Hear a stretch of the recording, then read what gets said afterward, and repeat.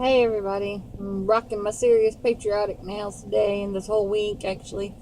4th of July coming up also happens to be my dad's birthday, so shout out to Dad. Happy birthday, July 4th. Oh, United States gonna celebrate your birthday.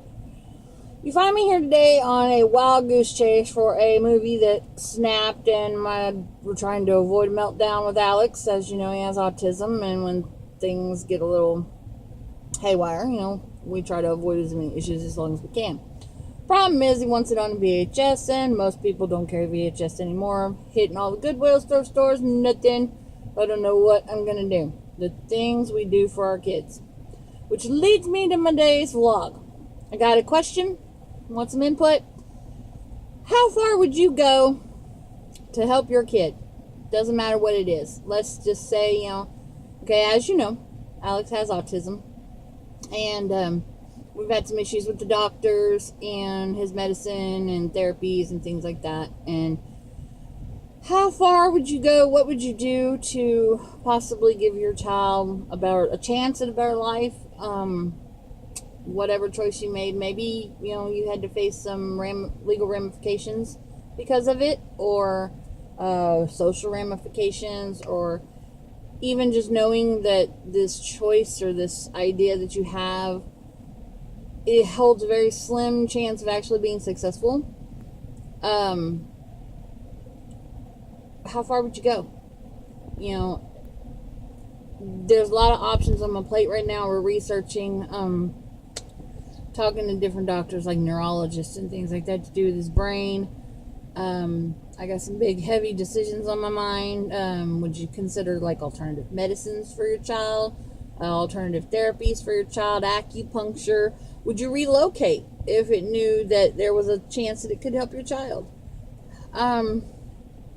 Like I said, you find me on a wild goose chase today for a simple VHS tape, but I got a lot of serious choices to make on his behalf.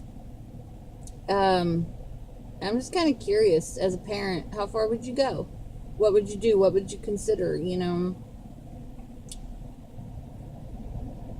know the decision is ultimately ours as a parent, but sometimes it's good to have people to talk to, and maybe you're going through the same thing as I am. These decisions about his well-being are pretty heavy.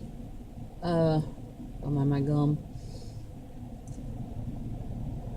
Kind of worries me in a way, but I've always done everything I can his whole life to give him the best and do what's best for him, despite whatever effect it would have on me.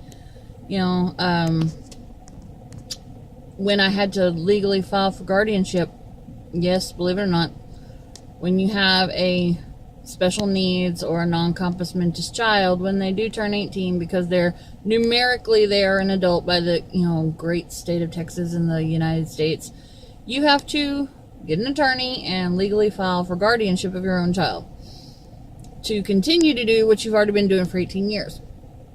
Kind of asinine if you ask me, but in a way I can see it. So, did that a couple years ago, and when the courts went through all our paperwork and whatnot, it kind of astounded, I can't talk today. It kind of astounded me what I've actually done, not realizing it over 18 years for him, and I'll continue to do it. I mean, it's no question, that's my duty as a mom, as a parent who actually cares, and as his caregiver provider. But it makes you wonder sometimes. It's like, wow, now I know what happened to all that and know why certain things happened. But here I am. My son's 20, and he's a very big 20. Going to a doctor appointment again tomorrow, as a matter of fact.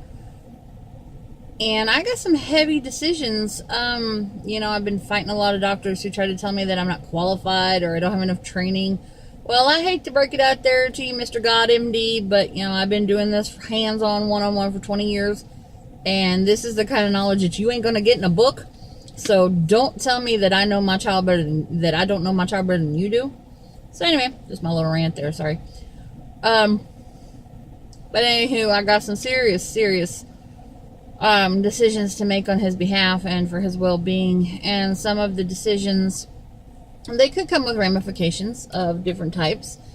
And some of the decisions are very risky, and I don't like that. But at the same at the same time, if this would give him a chance for relief of pain and for growth and to better himself, who am I not to consider it?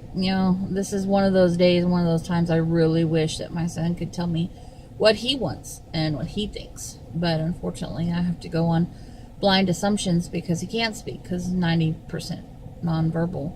And the verbal part he has is normally pretty much echolalia, things he hears on TV, movies, from other people, which, was why I try to watch my mouth as much as I can around him. Doesn't always work sometimes, so don't feel bad if you have an occasional potty mouth around your child. It happens to us all, especially when, there's issues like lack of sleep or frustrations, or, especially when you're in a situation where, it takes a little bit more than quote-unquote normal effort. But just know that you have support out there. You can always reach out and talk to somebody who's in the same position, or maybe somebody who's not in the same position, who's willing to listen. Sometimes it makes a huge difference. I mean, a world of difference. So, your comments, questions, I want to see them right down there in the little comment area.